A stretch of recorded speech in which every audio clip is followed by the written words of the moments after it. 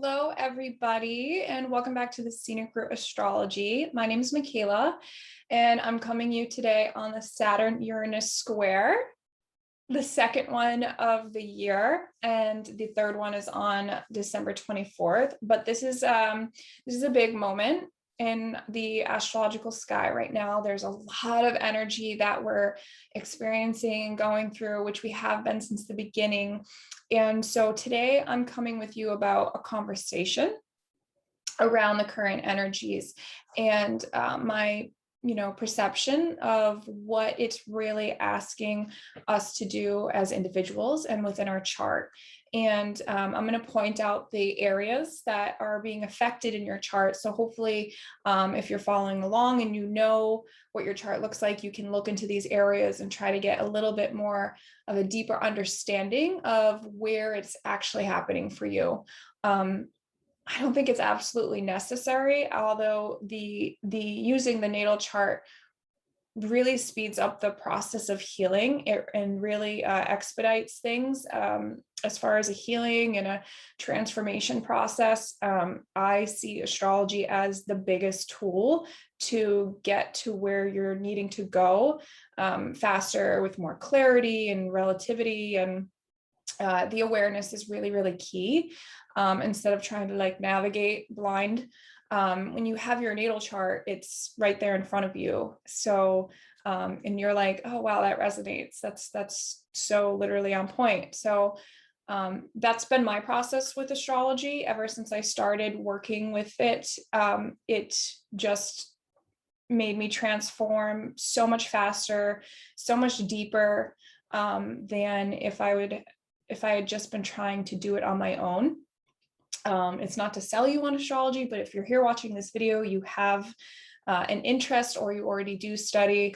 These things might be things that you already know. But for new people who are finding my channel, it's an amazing tool for self-actualization, healing, growth, manifesting, getting your heart's desires.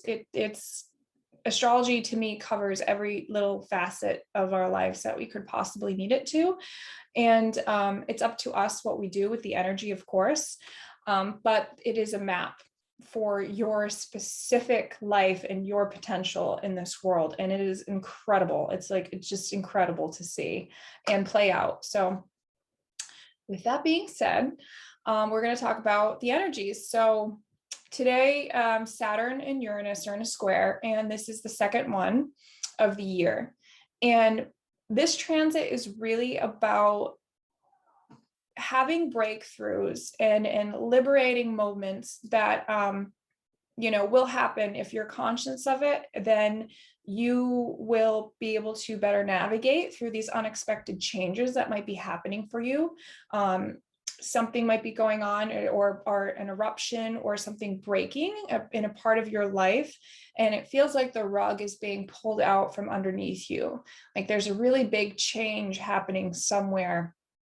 And this change is needed so that you can do your Saturn work, which is really about creating more boundaries for yourself that are serving your inner truth and your what feels ultimately good for you. Okay, this is really about rebuilding our inner structures and our inner authority that we have that sometimes are lacking because of so many reasons. But because society has passed down many labels and forms of what's right or what we should be required to do in the world, or maybe this is how our life should look like, or this is how we should be. These types of beliefs get passed down from all these generations, and they have a part in our inner authority and the ability for us to live authentically and live in our own power and our own self.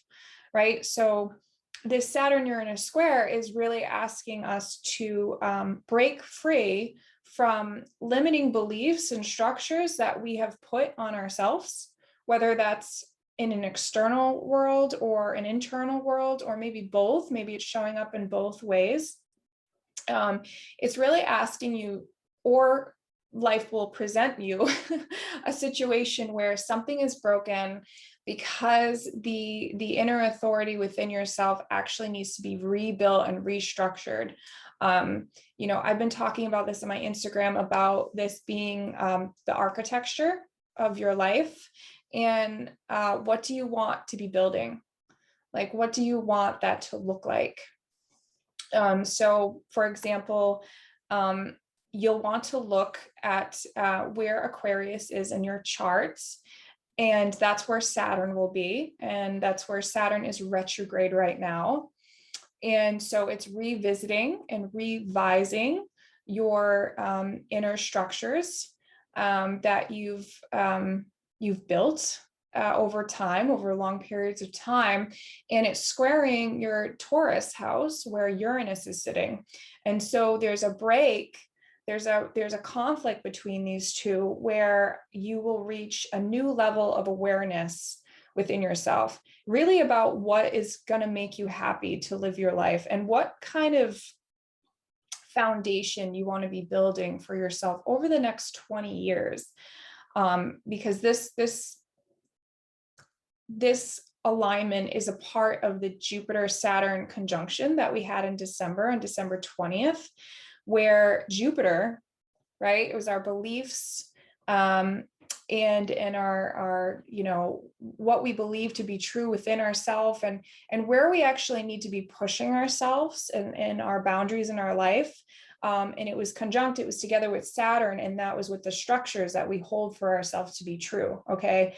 And so they came together to create a new 20-year cycle in our charts.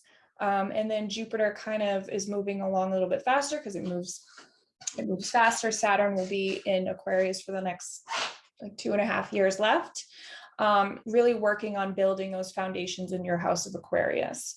And Aquarius, this is taking a more objective view about being authentic. Aquarius is a very interesting sign. It's an eccentric sign. It really wants to be an individual, and it doesn't judge for other people being individuals either. It realizes that it takes the groups in the big picture, Aquarius, and it realizes that everybody is special, but nobody particularly is special. Like, we all have great gifts and gifts to offer into the world, and we all have a specific purpose and a message and a voice and an inner truth that really needs to be set free.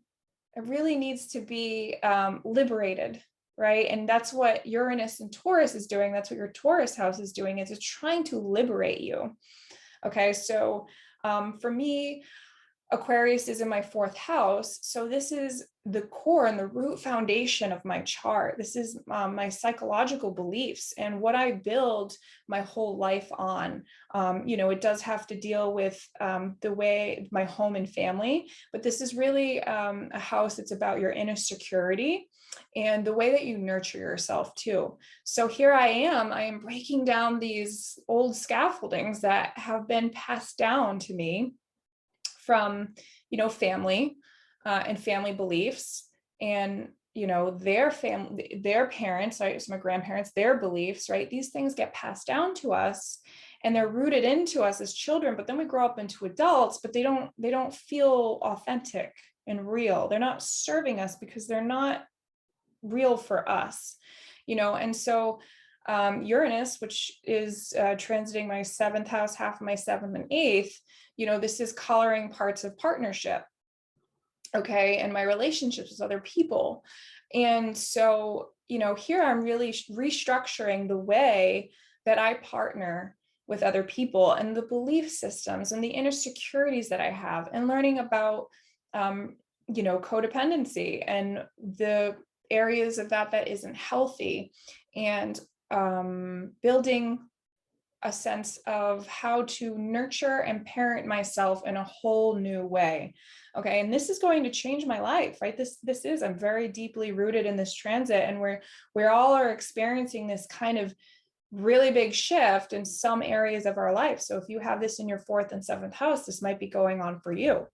You know, and it's going to break you free of limiting structures that just won't allow you to grow and expand anymore. You know, you're really gonna, you know, if you're aware and conscious of it, and you're integrating a lot of this messages that's been coming in, especially during this Mercury retrograde period, there's really opportunity here to dig deep within yourself and figure out what is not authentic to you anymore and what isn't true, right? What is really holding you back from being your true authentic self? So Mars has moved into Leo, and this was 2 days ago. Mars moved into Leo, and it will be there until July 29th. And so while Mars has moved in, Mars is our planet of assertion and action and our drive, okay, and how we take those actions and drives.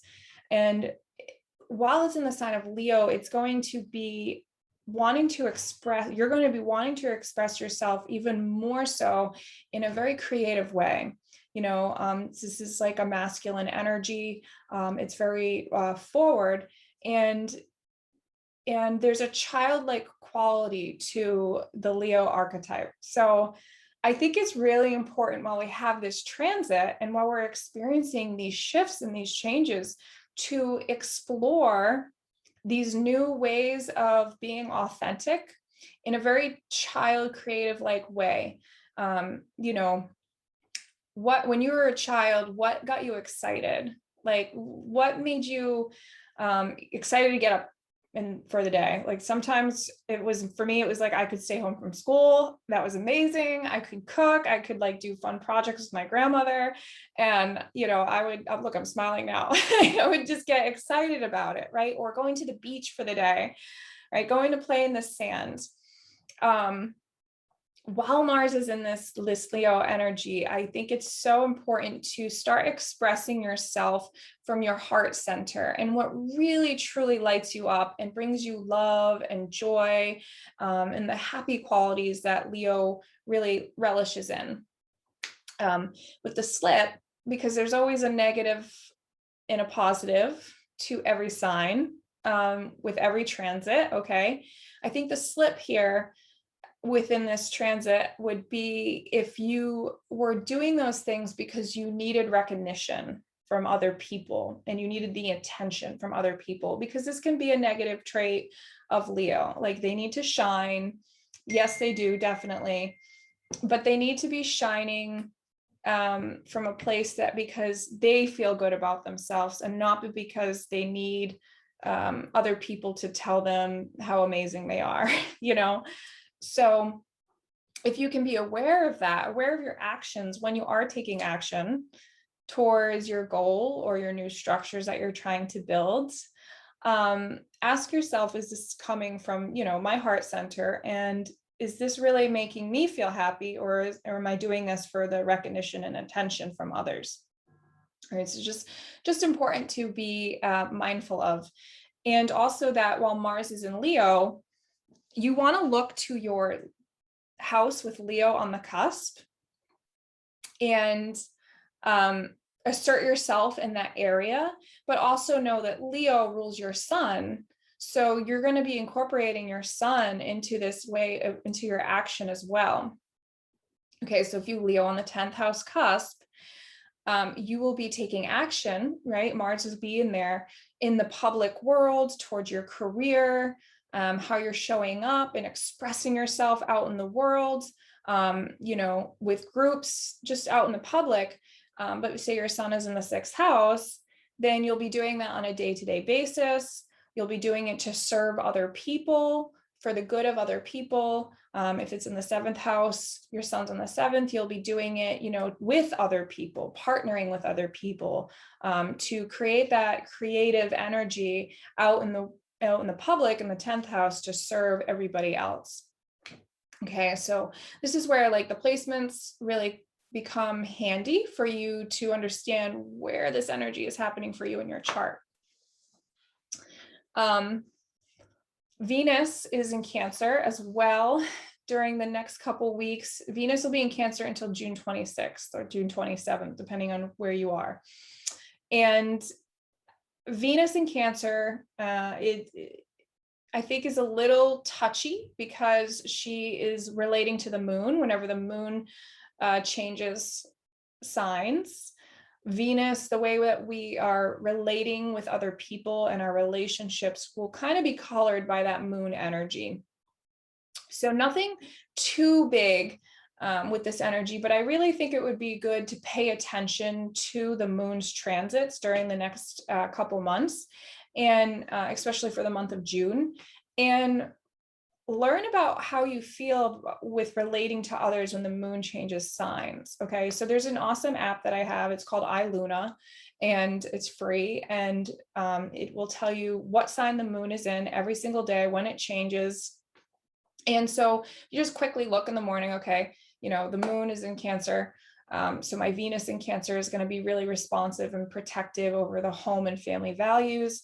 I might, retreat a little bit. I might not be as assertive with my partnerships. Will it be Mars, but like, you might be more cautious about how you feel, or a little bit more sensitive to how you feel when you're relating to other people. Whereas if like the moon moved into Aquarius, then you might be a little bit more detached those days with your Venus, with the way that you're partnering and taking care of your relationships. And so it's really good. I think it's a good way to understand the moon and how the moon affects us on a day-to-day, because she does. She's a very powerful planet, just like the sun and our vitality. So I think it's a really good way to tap into the energy of your chart when you start paying attention to the moon and the certain planets that she's speaking to at certain times with transits and things like that.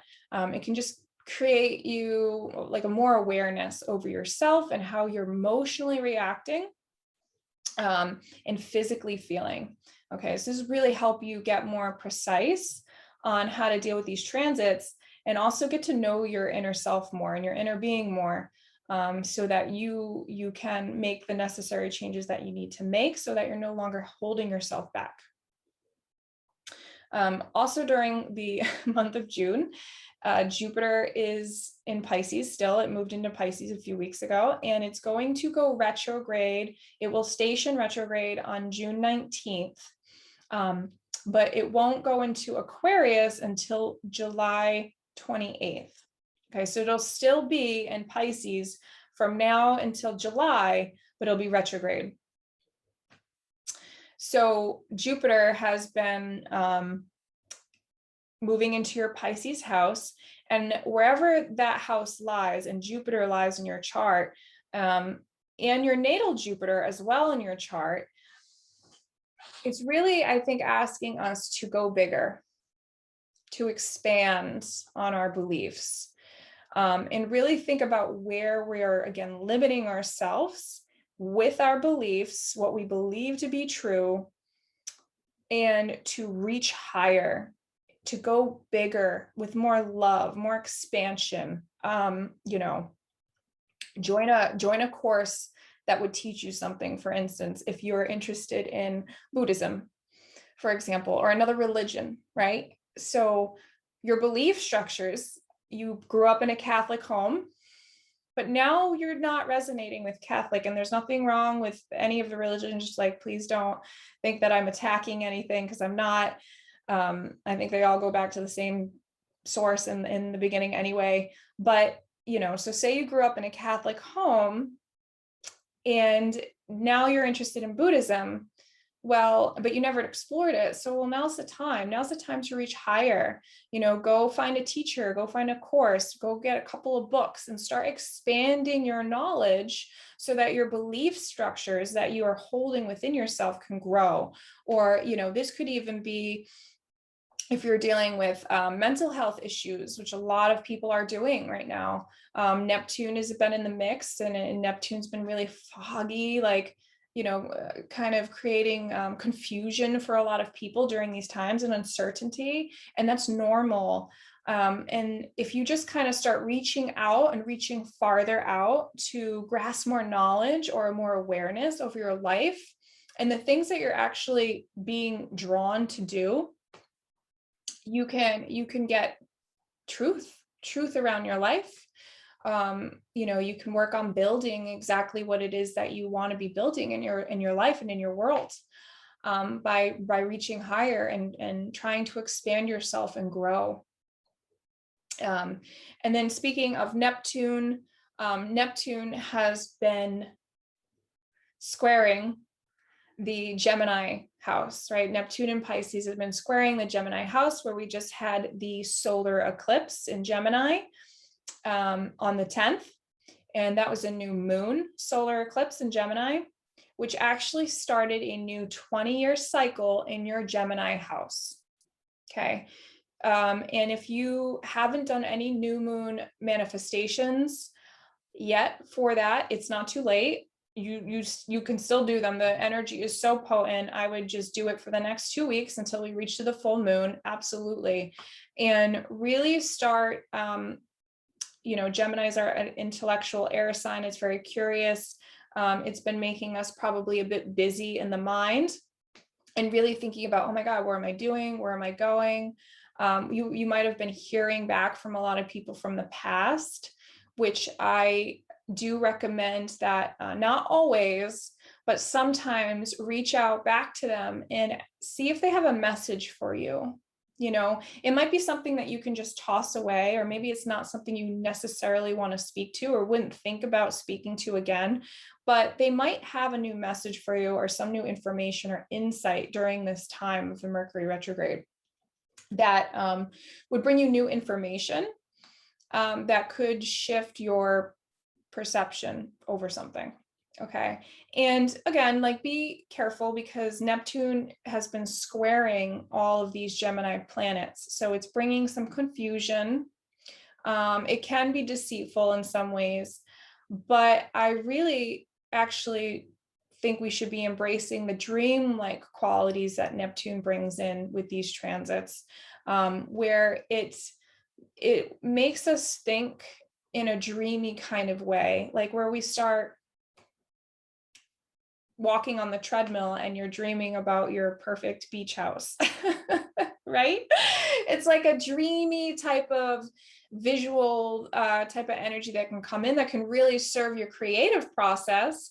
And I encourage you to actually explore that more and to manifest that even stronger, and to not think that it's so absurd, because in fact, these dream-like visions or ideas that come into us, oftentimes we create in the physical reality, and that is magic in itself, right? Inventors have these crazy ideas, but then they make it happen. But it was at first just a dream, just an idea. So don't limit yourself with this either. And then that's when Jupiter comes into play as well, the Jupiter retrograde. Where are you limiting yourself? Where are your beliefs not stretching? Okay, where could you stretch more in your beliefs, that you could actually achieve this, or you could actually do that, or you actually believe that you are worthy and capable of being loved and loving yourself. And then the Saturn Uranus square and the mix is okay, we're gonna break down these structures for you so that you can believe in it and you can build it back up and make it grow into something that's amazing over the next 20 years. This is amazing energy. It's really exciting. It's been difficult for sure. The eclipse season has been difficult, and I think many of us have been experiencing loss and heartache to some degree. And I just want you to know that that is okay, and that you're not alone, and that everybody is experiencing this energy to some type of way and degree. And it's up to you to know what you want to do going forward with it. Okay. Because it's really pushing you to expand yourself, to become stronger in your foundation, and to build something great out of this year. it's a very big year to be a part of. And if you're here in the astrology community, I think you're on a great path. I think you're already so conscious of what's going on, and something's been drawing you into this community so that you can really achieve what it is that you want. But stay true to yourself, your inner authority. That is the number one takeaway, is that you have to focus on you first before you can even focus on somebody else or help somebody else. It's really, really important. And we're in a time where it's okay to be selfish like that and to focus on your inner self. Okay. So I hope this video resonated. If you need to follow along with your chart, you can always find your chart on my website, www.astroroots.com. I'll put the link down in my bio. I'm open for astrology readings. So if you wanted to dig in deeper into where all these changes and these energies are happening for you in your chart, I'm open for readings. And I would love some feedback. If you have any questions, just write them in the comments, or if you found anything that was that was resonating with you, that was super helpful, please let me know. This will help me for my future videos. Again, this was just a conversation I wanted to bring to you today to get the mind rolling and the heart rolling about what to do with this current time that you're in right now, and all the energies that you might be experiencing right now.